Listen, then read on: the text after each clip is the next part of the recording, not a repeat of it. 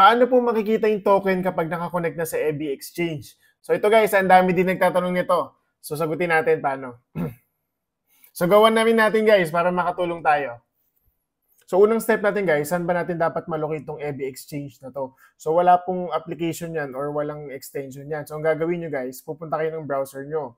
So ako, ang gamit ko kasi is Safari. So punta kayo ng Google Chrome or Safari. Tapos guys, punta kayo ng browser history nyo or type nyo na lang ebi.xyz. Ayan, yun nasa taas. Ngayon guys, pag nag-refresh yan, automatic nakakonect na po yan. Pero kung hindi siya nag-connect, i-connect nyo lang po dun sa existing wallet nyo before. It's either Hot Wallet or MetaMask.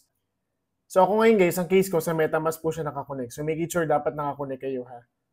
Ayan, so since wala naman siyang ganong options, wala tayong makikita dito sa user interface ni EBI, for sure guys, once na kinonect nyo to sa wallet nyo, dun po papasok yung hamster token. Eto guys, so since wala naman akong hamster token dito sa MetaMask ko, expect ko, wala talaga akong matatanggap.